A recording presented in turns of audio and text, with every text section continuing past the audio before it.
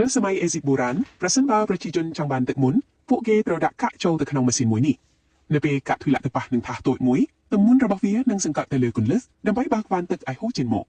ប៉ុន្តែនៅពេលដែលកាក់រអិលធុយលាក់ចុះពីថាសនោះហើយគន្លឹះនឹងរុញមកកន្លែងដើមវិញដែលធ្វើឲ្យទឹកជប់ហូរភ្លាមៗ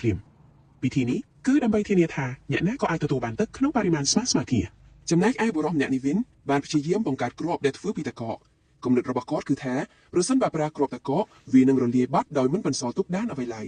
ប៉ុន្តែនៅក្នុងការពិតការពិសោធន៍នេះមិនទទួលបានជោគជ័យនោះទេព្រោះថានៅពេលដែលបានចេញភ្លាមកម្លាំងសម្ពាធនឹងធ្វើឲ្យគ្រាប់ទឹកកកនោះបែកខ្ទេចខ្ទីគ្មានសល់